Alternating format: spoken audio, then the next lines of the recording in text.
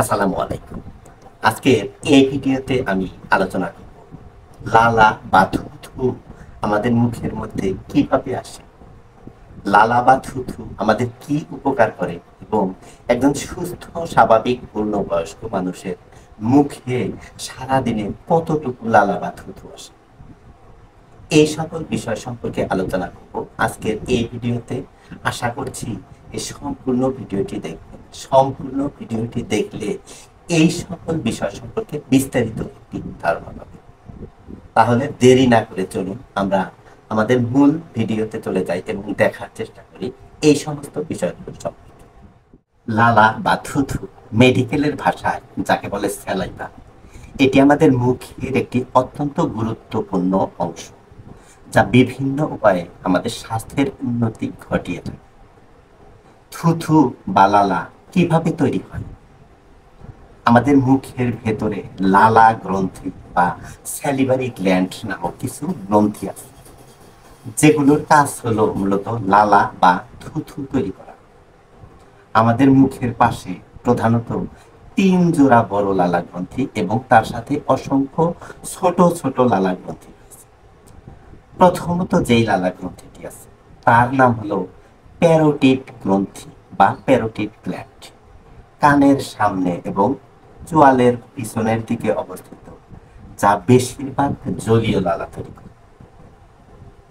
দ্বিতীয়ত যেই লালা গ্রন্থিটি আছে তার নাম হলো সাব ম্যান্ডিবুলার গ্রন্থি বা সাব ম্যান্ডিবুলার গ্ল্যান্ড, যেটি আমাদের দুই চোয়ালের নিচে অবস্থিত, যা জলীয় এবং শ্লেষ্মাযুক্ত লালা উভয়ই তৈরি করে।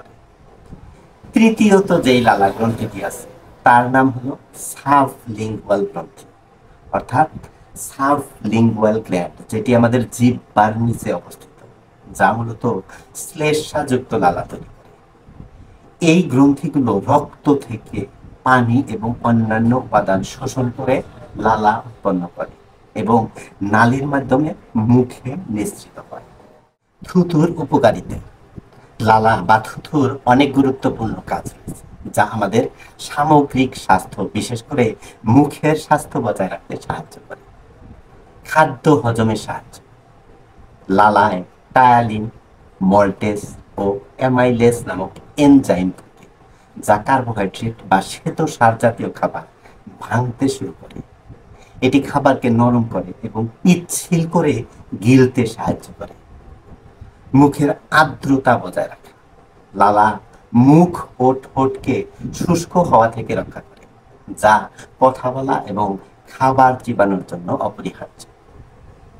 দাঁত ও মাড়ির সুরক্ষা। লালা দাঁতকে ব্যাকটেরিয়া এবং অ্যাসিড থেকে রক্ষা করে। এটি দাঁতের এনামেলের পাশাপাশি দাঁতের ক্ষয় প্রতিরোধে সাহায্য করে। লালায় থাকা অ্যান্টিবডি এবং অন্যান্য প্রোটিন ক্ষতিকারক ব্যাকটেরিয়া ধ্বংস করে। মুখ পরিষ্কার রাখা। লালা খাবারের কণা এবং মৃত কোষগুলোকে ধুয়ে ফেলে, যা মুখের দুর্গন্ধ এবং সংক্রমণের ঝুঁকি কমায়। স্বাদ গ্রহণে সাহায্য।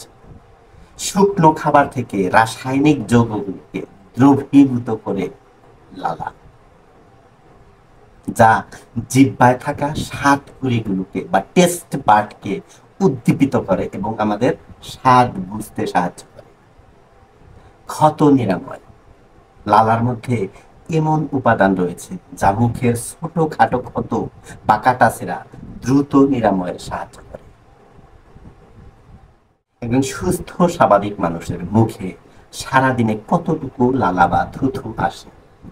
একজন সুস্থ প্রাপ্তবয়স্ক মানুষের মুখে সাধারণত প্রতিদিন 1200 থেকে 1500 ml বা মিলিলিটার লালা তৈরি হয়। তবে এর পরিমাণ বিভিন্ন কারণের উপর নির্ভর করে পরিবর্তিত হতে পারে। যেমন খাওয়ার সময় লালার উৎপাদন বেড়ে যায়, কথা বলার সময় লালার উৎপাদন প্রভাবিত হয়, ঘুমের সময় আমরা যখন ঘুমাই তখন লালার উৎপাদন কমে যায়, পানি শূন্যতা বা কিছু ঔষধ সেবনের কারণে লালার উৎপাদন কমে যেতে পারে। বয়স বাড়ার সাথে সাথে লালার উৎপাদন কিছুটা কমতে পারে। তাহলে এই ছিল লালা বা থুথু নিয়ে আলোচনা।